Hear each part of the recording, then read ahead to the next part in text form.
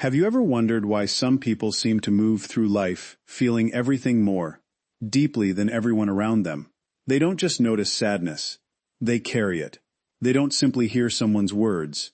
They hear the emotion hidden behind those words. They walk into a room and immediately sense tension before anyone says a single sentence. For an empath, this isn't a special ability they switch on when it's convenient. It's the default setting they've lived with since childhood. And for many years, it doesn't feel like a gift at all. It feels like a burden they never asked for. Most empaths grow up believing there's something fundamentally different about them. They often can't explain why crowded places leave them exhausted, or why another person's gloamings. Anger lingers in their mind long after the argument is over. They absorb emotional information the way a sponge absorbs water. The problem is that no one teaches them how to separate what belongs to them from what belongs to someone else. Psychologically, this creates an invisible conflict. The empath begins to mistake other people's emotional states for personal responsibility. If someone is unhappy, they feel obligated to fix it. If someone is lonely, they feel guilty for walking away. If someone is angry, they search themselves for what they must have done wrong. Over time, they stop asking one essential question: is this emotion even mine? This is where the suffering begins, not because empathy is harmful, but because it is misunderstood. Children who are highly empathetic often become emotional observers. They learn to read facial expressions before they understand language. They notice changes in tone, posture, silence, and atmosphere. In unstable environments, this ability becomes a survival mechanism. They constantly scan for emotional danger, trying to predict conflict before it happens. What starts as protection slowly becomes programming. As adults, they continue scanning. They read between every line. They overanalyze every pause. They notice every slight shift in energy. While other people hear words, the empath hears intention. That level of awareness is incredibly powerful, but it comes with a hidden cost. The nervous system rarely gets permission to rest. The brain stays alert because it has spent years believing emotional vigilance equals safety. Eventually, exhaustion becomes normal. Many people mistake this exhaustion for weakness. It isn't. In reality, the empath has simply been carrying emotional weight that was never theirs to carry. There's an important psychological principle that explains this. Human beings naturally mirror the emotions of those around them. It's one of the ways we build connection.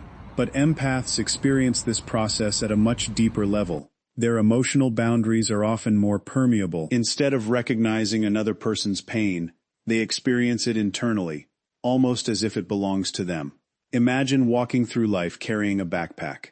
Now imagine that every person you meet quietly places another stone inside it. A disappointed coworker adds one.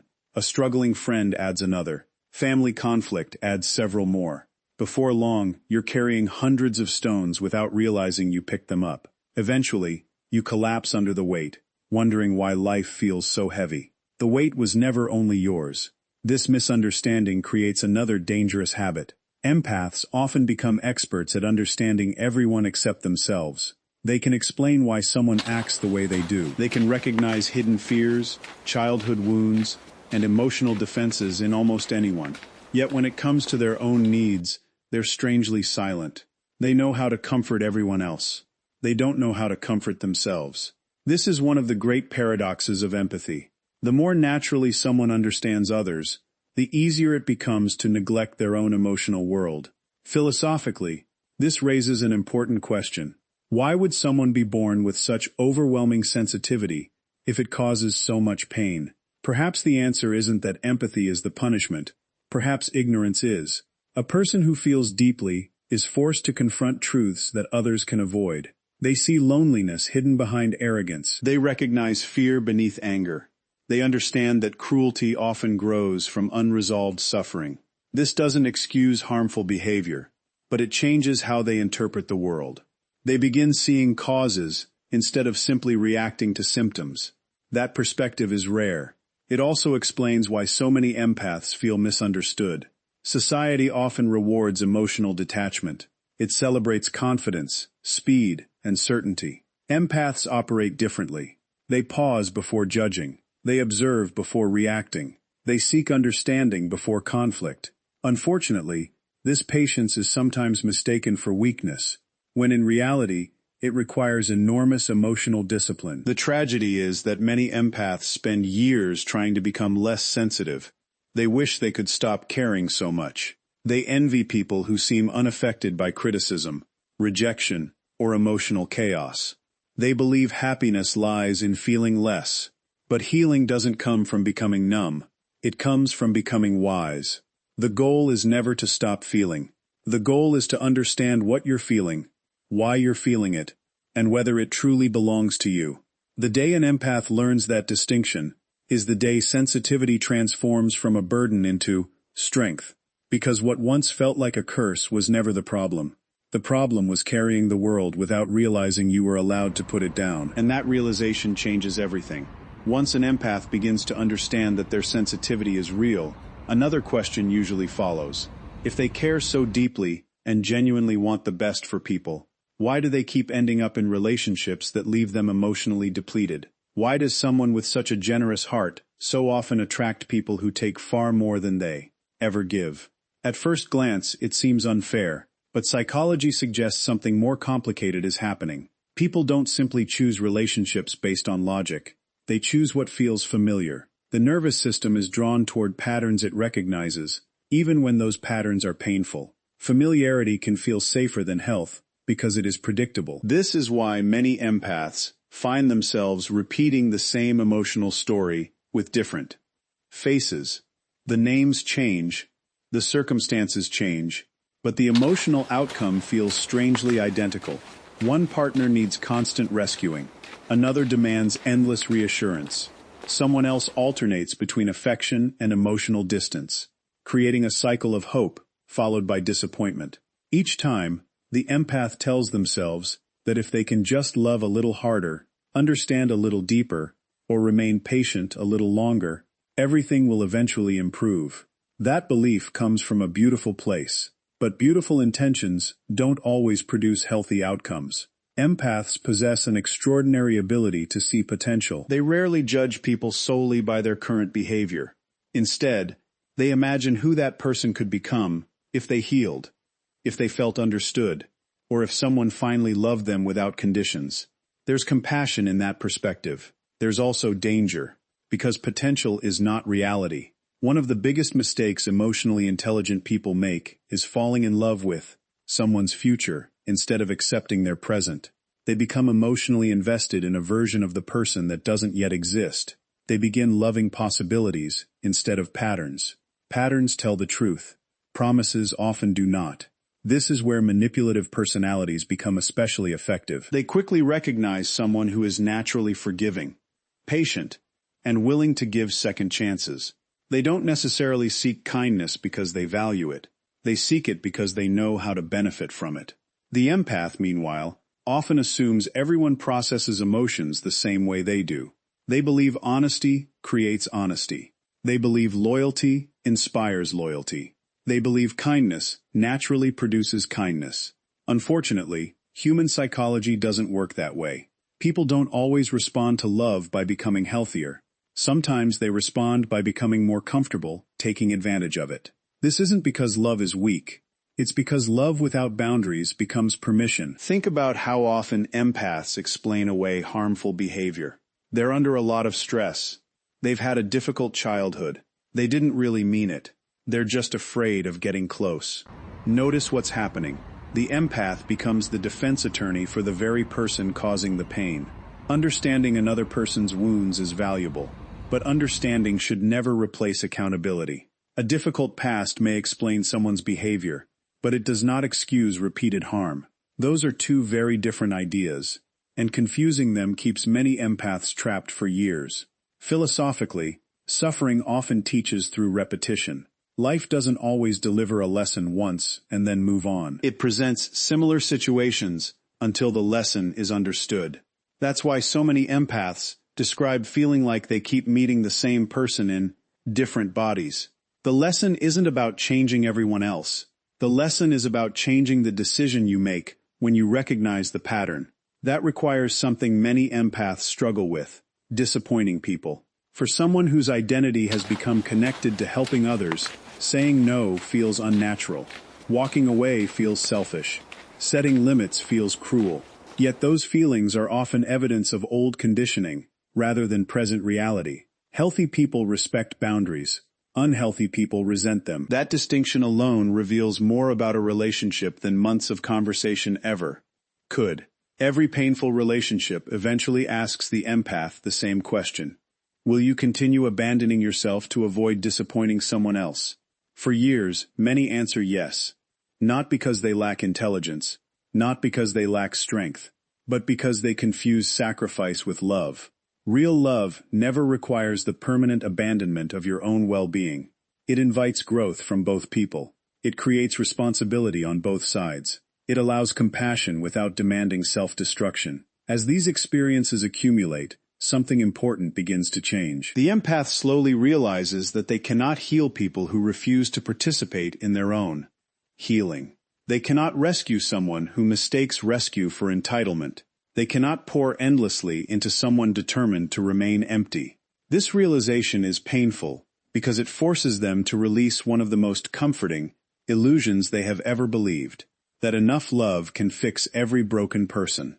It can't. Love can inspire change. Love can support change. Love can encourage change. But only the individual can choose change. Once an empath truly understands this, relationships stop being projects and start becoming partnerships. They stop asking, "How much more can I give?" and begin asking a far more important question. Is this relationship allowing both of us to grow? That single shift transforms everything. It replaces emotional exhaustion with emotional clarity. It replaces endless hope with honest observation.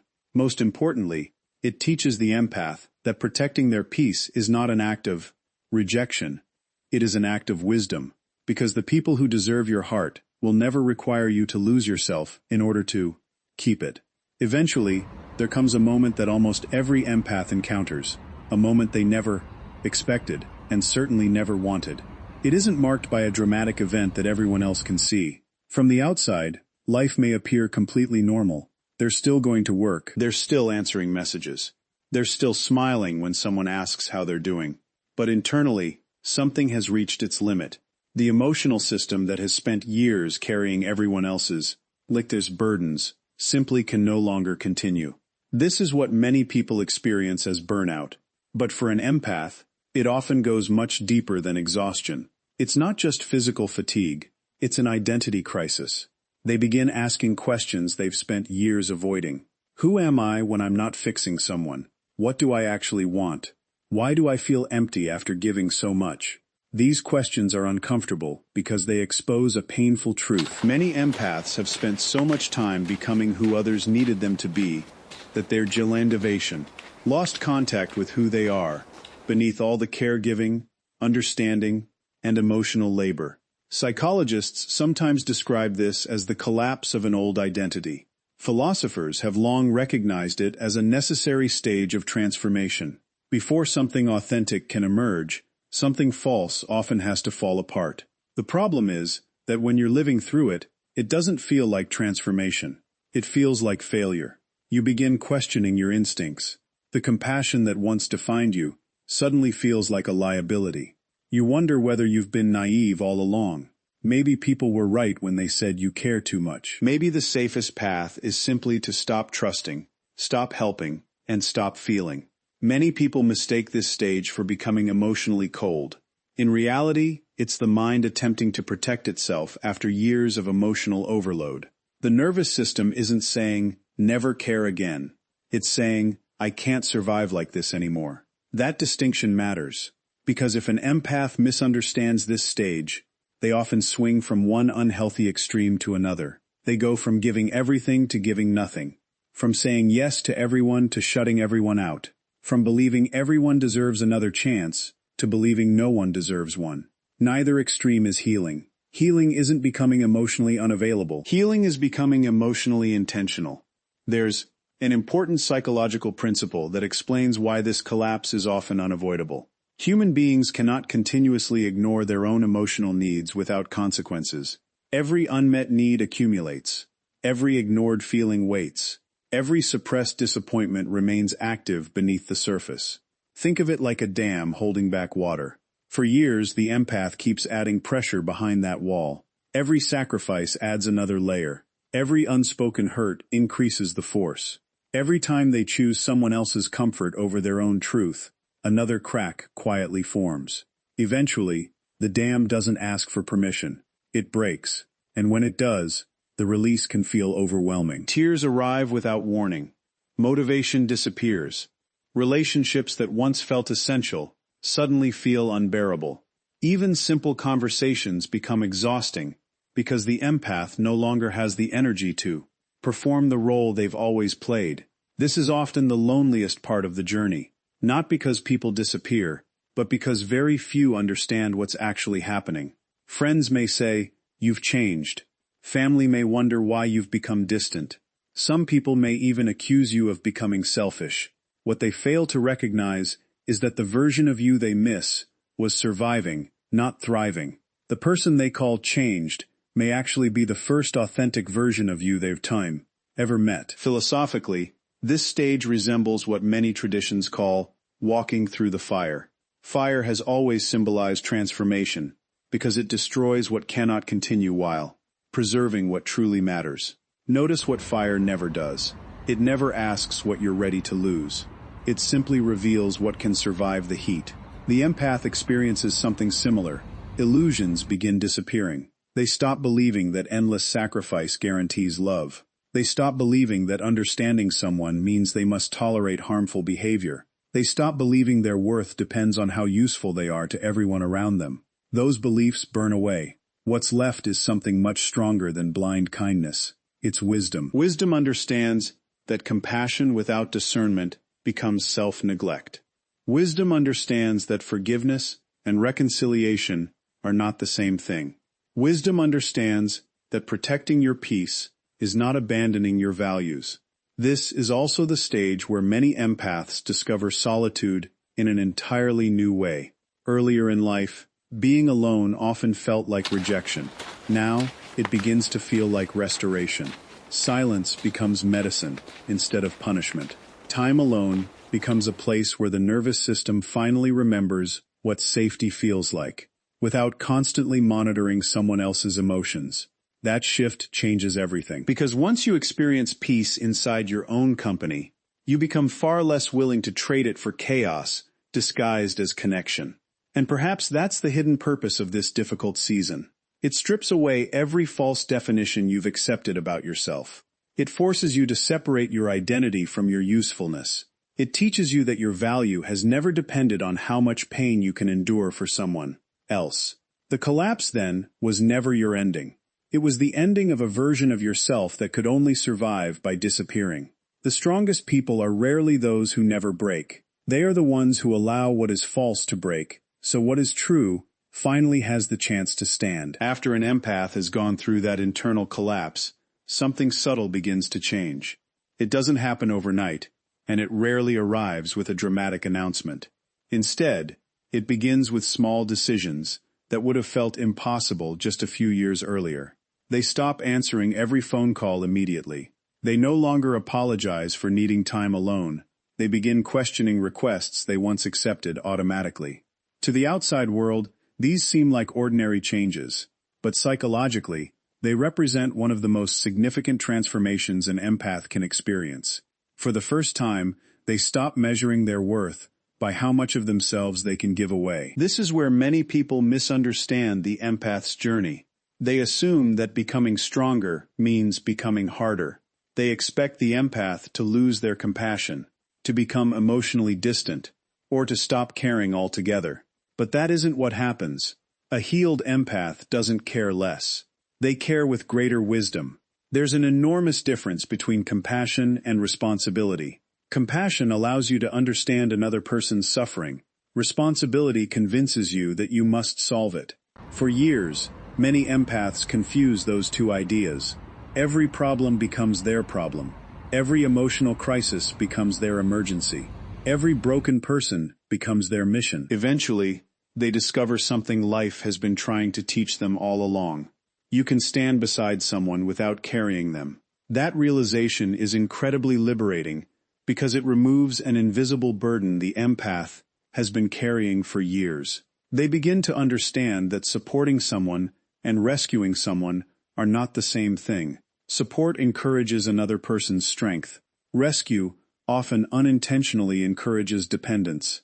Human beings grow through responsibility. Every time we remove all consequences from someone else's choices, we also remove many of the opportunities that would have encouraged their growth. That doesn't make boundaries cruel. It makes them deeply respectful. Think about the healthiest teachers you've ever had. They didn't complete your work for you. They challenged you to develop your own abilities. In the same way, emotionally healthy relationships allow people to solve their own problems, while offering encouragement along the way.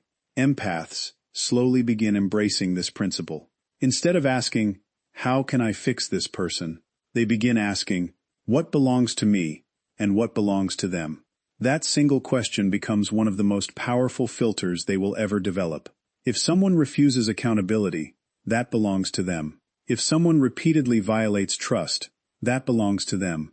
If someone becomes angry because healthy boundaries limit their control, that belongs to them. The empath finally stops collecting responsibilities that were never theirs to carry. At first, this shift feels uncomfortable. In fact, many empaths experience intense guilt when they begin setting boundaries. They worry they're becoming selfish.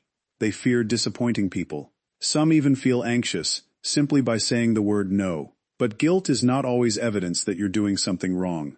Sometimes guilt is simply the emotional withdrawal symptom of abandoning an unhealthy pattern. If you've spent years believing your value depends on constant availability, then choosing yourself will naturally feel unfamiliar. The nervous system interprets unfamiliarity as danger, even when the change is healthy. This is why growth often feels uncomfortable before it feels empowering. One of the greatest philosophical misunderstandings about kindness is the belief that kindness requires unlimited access. It doesn't. Genuine kindness includes honesty. It includes self-respect.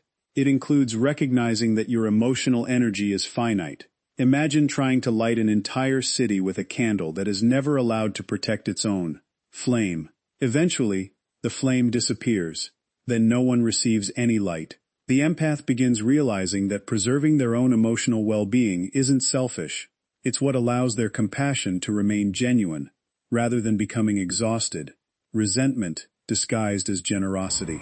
Another fascinating shift begins to occur. The empath becomes less interested in convincing people to understand them. Earlier in life, they desperately wanted everyone to see their intentions. They explained themselves repeatedly. They defended every decision. They hoped that if people truly understood their heart, conflict would disappear. But maturity teaches a different lesson. Not everyone is committed to understanding you. Some people are committed to misunderstanding you because it protects the story they want to believe. Recognizing this saves enormous amounts of emotional energy. The empath stops trying to win approval from people who have already decided not to offer it. Instead, they invest their energy where mutual respect already exists. This doesn't mean becoming cynical. It means becoming discerning. Discernment is one of the defining qualities of emotional wisdom. It allows compassion without naivete. It allows forgiveness without surrendering boundaries. It allows love without abandoning self-respect. Perhaps the most remarkable change is that peace gradually becomes more attractive than validation. The empath no longer needs to be the hero in everyone's story. They no longer need to prove how loyal they are by enduring mistreatment. They no longer mistake endless tolerance for unconditional love. Instead, they begin protecting something they once gave away too easily, their inner stability. Ironically, this is also the moment healthier people begin entering their lives. Why? Because boundaries don't just keep unhealthy people at a distance. They also create space for emotionally mature people who appreciate mutual respect instead of endless sacrifice. The empath discovers that the relationships worth keeping never require constant self-abandonment. They thrive because both people contribute, both people grow, and both people accept responsibility for their own emotional lives. And perhaps that is the greatest lesson of all. The moment you stop trying to save everyone else is often the exact moment you finally save yourself. By the time an empath reaches this point in their journey, something extraordinary has happened. Not extraordinary because the world has suddenly become kinder, or because every difficult person has disappeared. The world is much the same as it has always been. There are still manipulative people, unexpected disappointments, and seasons of uncertainty. What has changed is the empath, and when the person changes, the entire experience of life changes with them. This is where many people imagine they will finally arrive at a place where nothing hurts anymore. They believe peace means never feeling sadness, never being disappointed, and never struggling again. But that's not peace. That's emotional numbness. And numbness has never been the goal. Real peace is something much stronger. It is the ability to remain connected to yourself, even when life becomes difficult. An empath who has walked through years of emotional hardship eventually discovers that sensitivity and stability can exist together. In the beginning, those two qualities seemed incompatible. If you were sensitive, you believed you had to be overwhelmed. If you wanted stability, you thought you had to stop caring. Experience proves otherwise. The strongest empaths are not the ones who feel the least. They are the ones who know what to do with what they feel. That distinction changes everything. Earlier in life, every emotion demanded an immediate response. Someone else's sadness became their sadness. Someone else's anger became their responsibility. Every conflict felt personal, because the empath had never learned the difference between witnessing emotion and absorbing it. Now they pause. They observe before reacting. They ask themselves, what is actually mine to carry? That single habit creates an entirely different emotional life. Instead of becoming overwhelmed by every emotional current around them, they develop the ability to stay grounded while remaining compassionate. They no longer confuse empathy with emotional surrender. Psychologically, this is a sign of integration. The different parts of the personality that once fought against each other begin working together. Compassion is balanced by discernment. Kindness is balanced by boundaries. Generosity is balanced by self-respect. The empath no longer lives at the mercy of every emotion that enters the room. Instead, they become an anchor, a calm presence that offers support without losing itself in someone else's storm. People often notice this transformation before the empath does. Friends begin seeking their advice, not because they always have the answers, but because they bring clarity into confusing situations. Their words carry more weight because they no longer speak from desperation or the need to be liked. They speak from experience. Pain, when understood, becomes wisdom. Wisdom, when practiced, becomes quiet confidence. And confidence built on wisdom is very different from confidence built on ego. It doesn't need attention. It doesn't need constant validation. It doesn't need to prove anything. It simply stands firm because it has survived enough to know that temporary discomfort is not the end of the story. Philosophically, this may be the hidden purpose behind every difficult season an empath experiences. Every betrayal teaches discernment. Every disappointment teaches detachment from unrealistic expectations. Every loss teaches the difference between what can be controlled and what must be accepted. None of those lessons are pleasant while you're learning them, but together, they build something that cannot be purchased, borrowed, or inherited. They build character. Character is what remains after every illusion has been removed. It is who you become when life strips away every role you once depended on. When you are no longer defined by being the rescuer, the people-pleaser, the peacemaker, or the one who always sacrifices, what remains?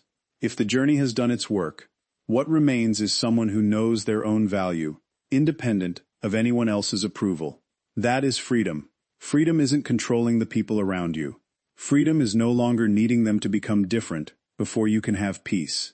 Think about how powerful that shift really is.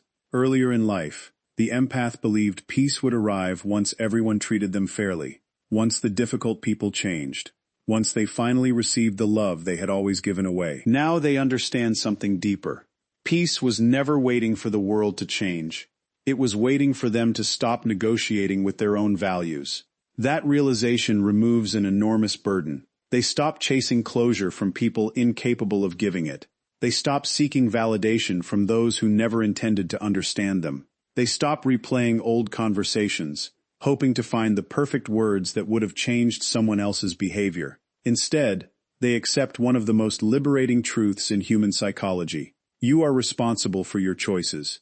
Other people are responsible for theirs. That boundary creates emotional freedom because it allows you to invest your energy where it can actually create change, within your own thoughts, actions, and character.